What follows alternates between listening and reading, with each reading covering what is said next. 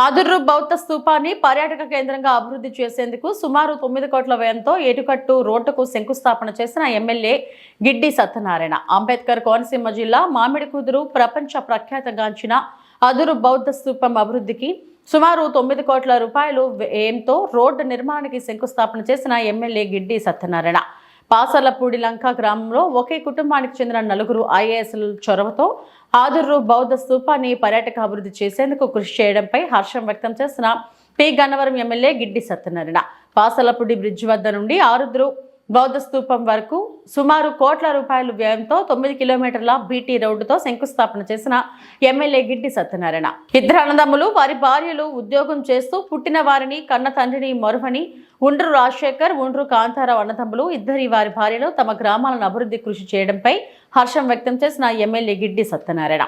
నమస్కారం.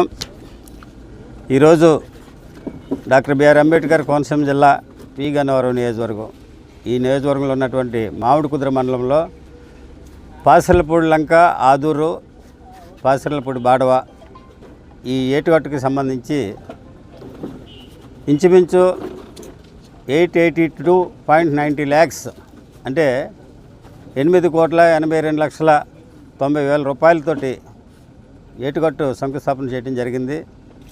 ఈ శంకుస్థాపన చేయటం ప్రధానమైనటువంటి విషయం ఏంటంటే ఈ ఏరియాలో ఉన్నటువంటి బౌద్ధ స్తూపం వద్దకు ఇది ప్రధాన రహదారిగా భావించి ఇది హైవే నుండి ఈ ఏటుగట్టు ప్రారంభమవుతుంది కాబట్టి ఈ ఇంచుమించు 4 గ్రామాలకు చెందినటువంటి ఈ ఏటుగట్టు అభివృద్ధి విషయంలో ఇది పని చేయడం జరుగుతుంది.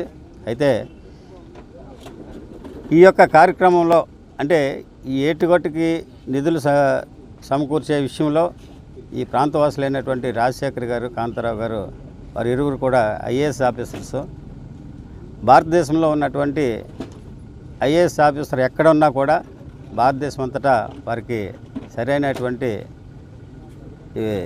అవగాహన ఉంటుంది కాబట్టి వారి ప్రాంతాన్ని వారు డెవలప్ చేసుకోవాలనే ఉద్దేశంతో ఇక్కడ ఉన్నటువంటి అధికారులతో మాట్లాడి వారి యొక్క సహకారంతో ఈ నిధులు రప్పించడం జరిగింది. అయితే ఈ ప్రాంతంలో ఉన్నటువంటి ఈ 4 గ్రామాలకు చెందినటువంటి సర్పంచులు వారి ప్రయత్నం కూడా దీంట్లో భాగంగా ఈ ఏటుగట్టు శంకుస్థాపనకి నిధులు రావడం జరిగింది. అయితే ఇంచుమించు పి గన్నవరం నియోజకవర్గంలో ఉన్నటువంటి 4 మండలాల్లో కూడా ప్రత్యేకించి ఈ రోడ్ల యొక్క దుస్థితి ఎలక్షన్కి ముందు ఉన్నటువంటి దుస్థితిని గమనించి ఎలక్షన్స్ అయిన తర్వాత కూటమి ప్రభుత్వం వచ్చిన తర్వాత మొత్తం ఈ నియోజకవర్గంలో ఉన్నటువంటి 4 మండలాల్లో 90% రోడ్లు కంప్లీట్ చేసి ఈ నియోజకవర్గ ప్రజలకి బహుమతిగా ఇవ్వడం జరిగింది. దీనంతటికీ ప్రధానమైనటువంటి కారణం ఏంటంటే మా డిప్యూటీ సీఎం గారు అయినటువంటి పవన్ కళ్యాణ్ గారు వారి యొక్క ఆశయ సాధనలో ఈ మారుమూల ప్రాంతాల్లో ఉన్నటువంటి రోడ్లని మెరుగుపరిచి ఈ ప్రజలకి మంచి రవాణా ఏర్పాట్లు చేయాలనే ఉద్దేశంతో వారు తీసుకున్నటువంటి చొరవతోటి మేము ఆయన అనుసరిగా పనిచేయటమే దీనికి ప్రధానమైనటువంటి కారణమని సందర్భంగా మీకు తెలియజేస్తున్నాను.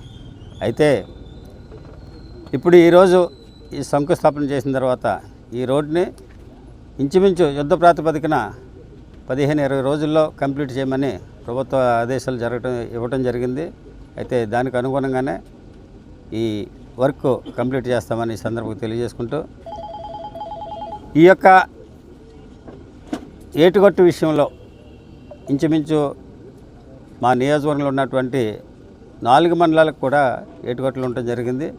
ఈ ఏటుగట్ల గురించి అసెంబ్లీలో ప్రస్తావించడం జరిగింది. దీన్ని ఒక ప్రత్యేకమైనటువంటి కార్యక్రమంగా తీసుకుని ఏటుగట్లని పరచాలనేది నా ఉద్దేశం. కాబట్టి ఎందుకంటే 4 మండలాలు కూడా గోదావరి పరివాహక ప్రాంతమే.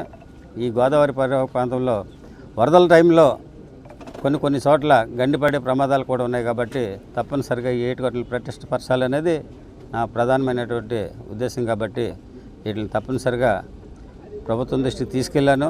తర్వాత త్వరితగతిన ఈ పనులు అయ్యేటట్లు కూడా చేస్తానని సందర్భంగా మీ అందరికీ తెలియజేసుకుంటూ థ్యాంక్ యూ వెరీ మచ్.